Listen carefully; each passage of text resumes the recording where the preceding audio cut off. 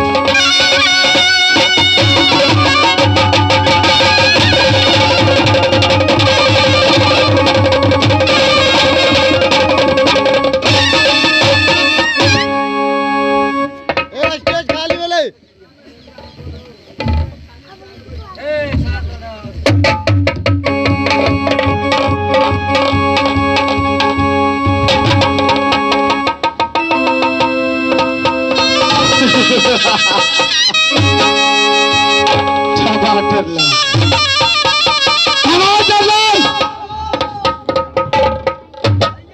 अरे बहादुर, बहादुर, सती फूला कहा तो सूरज को आ चुका है। क्यों नहीं मारा? जाओ उस सती को जगाओ और उसे बोलो कि तुम्हें कचमल सिंह उठाकर कहा तो सूरज कुंड राज लाया है। अब हम उठबे ले जेबे एकरा। हरामजादी पास करता है। अच्छा हम जगा दे छी से। जगाओ बहादुर।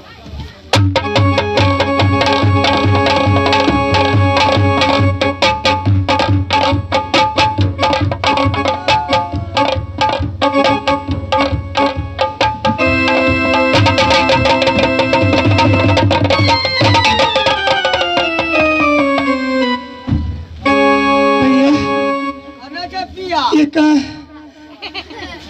घर में स्वामीनाथ, स्वामीनाथ, तुम कौन हो? तुम कौन हो? हमारे दरबार का मंत्री है। ये राज, या सूरज कुंड राज में मुझे क्यों लाए हो? तू अपने चल ली तो हमरा और का कथी लाबो? नहीं नहीं, मेरे स्वामीनाथ के साथ मैं सोई थी। नहीं,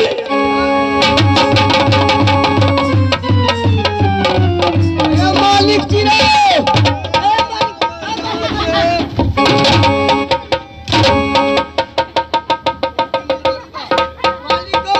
मालिक रो कह, मालिक दो। क्या हुआ? छठी फुला उठा कि नहीं? उठते की गोसा घर का कोठी गिर पड़ले। क्या हुआ बहादुर? मोगी भाग गेला।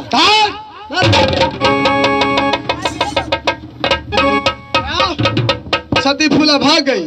ट्रैक्टर के भाग गेला के बाड़ी में गिर अरे टमाटर लाल, कितना दूर जाएगी 40 कुंड राज से? भागने दो। तो ले ना तू असगरे दौड़ हम बचा। चलो बहादुर, मेरे पीछे चलो।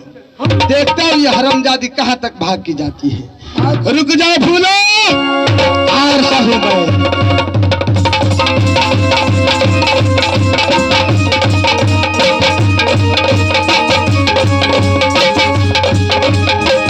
स्वामीनाथ, बचाओ, पतिदेव। स्वामीनाथ, आए।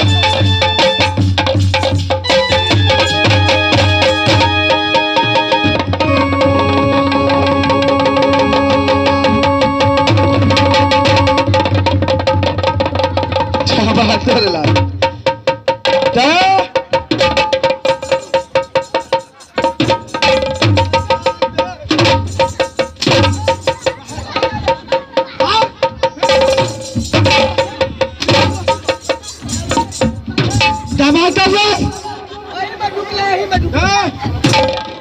अरे हरामजादे मेरे टांगों के नीचे से निकला है।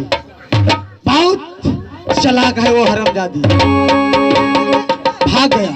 चलो बहादुर, अरे कितना दूर भागेगा वो? चलो बहादुर, हरामजादा ध्यान कहाँ रहता है तुम्हारा? चलो बहादुर, रुक जाओ फूला।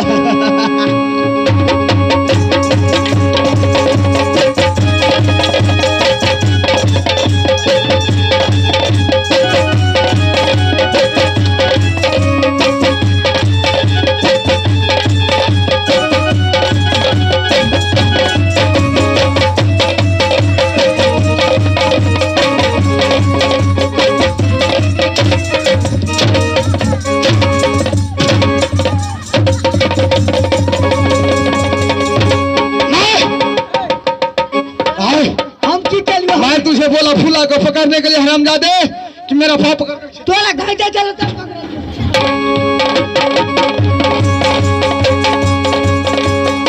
देखा हरामजादे, उस साली फूला ने कितना बड़ा ठोकर मारकर भागा है। चलो उस हरामजादी को गोला बदन काला न कर दूं तो मेरा भी नाम कचमल।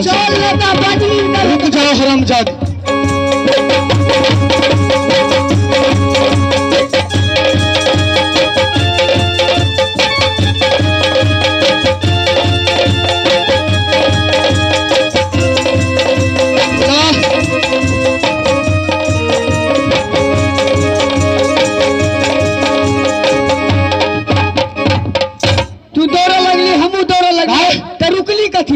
पहले दिखाई नहीं देता है तुम्हें? तू रुकली का देख रहा है आगे आगे फूला जा रही है। देख तू देख ज्यादा दूर भाग जाएगी हरामजादी। चलो पीछा करो उसका। चल चल चल चल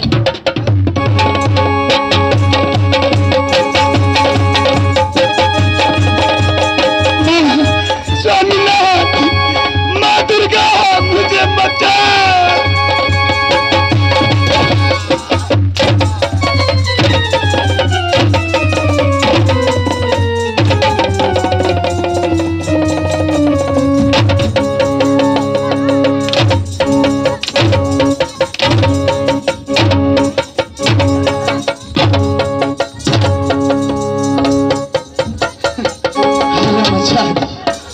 कटमल सिंह के साथ धोखा कर दिए है।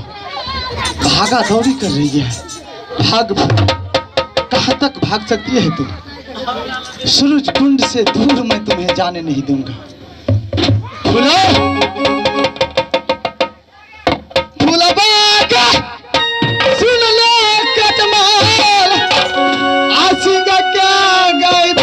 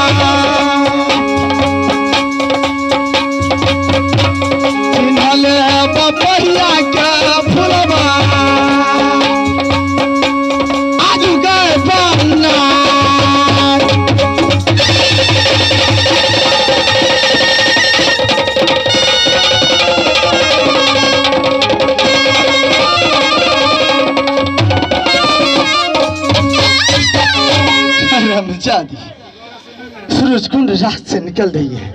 निकल कर देख कचमल सिंह के चुंगल से कैसे बच सकती है। टमाटर लाल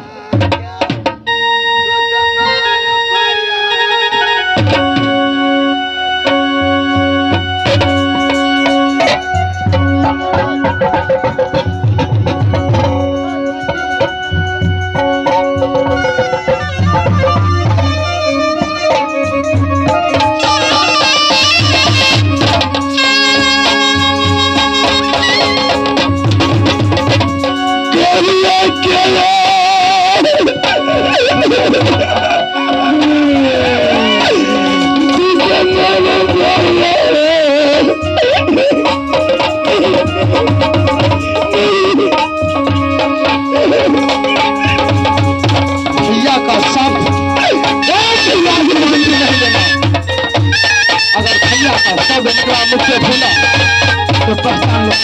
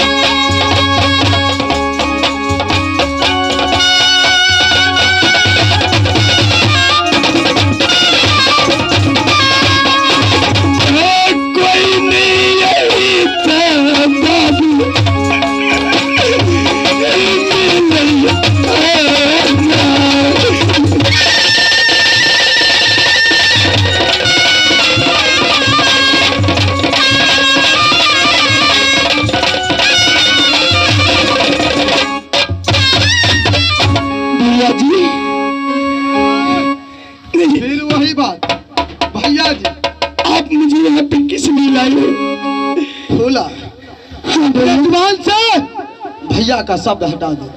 अगर एक भी बार भैया का शब्द निकला तो मेरे ये 50 घंटे तुम्हारे ऊपर गिरेंगे। क्या?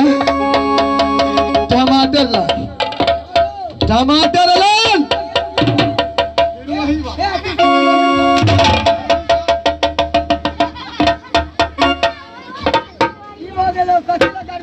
जाओ इस नारी को समझाओ कि मैं कितना बड़ा चंडाल हूँ।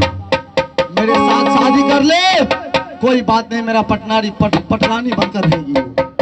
अगर बखेरा किया तो मुझे फौरन खबर करना।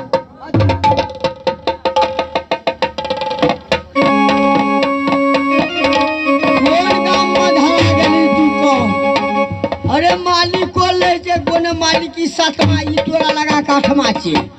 8 गो कन्या के एकरा चैन से नहीं रह दै छै। कखनो ला जूता बरसाबे लगे छै। कते अरे मंत्री के कते कानून कनिए काल हाँ हजूर तेकर बाद मंत्री के कोनो अथी नहीं छै। आब घर का मामला छै, विचार है तो शादी करू, नहीं विचार है तो नहीं करू। मंत्री भैया, मैं शादीशुदा हूँ, कैसे मैं इस राजा से शादी करूंगी? मालिक का यहाँ व्यवहार है, मालिक ने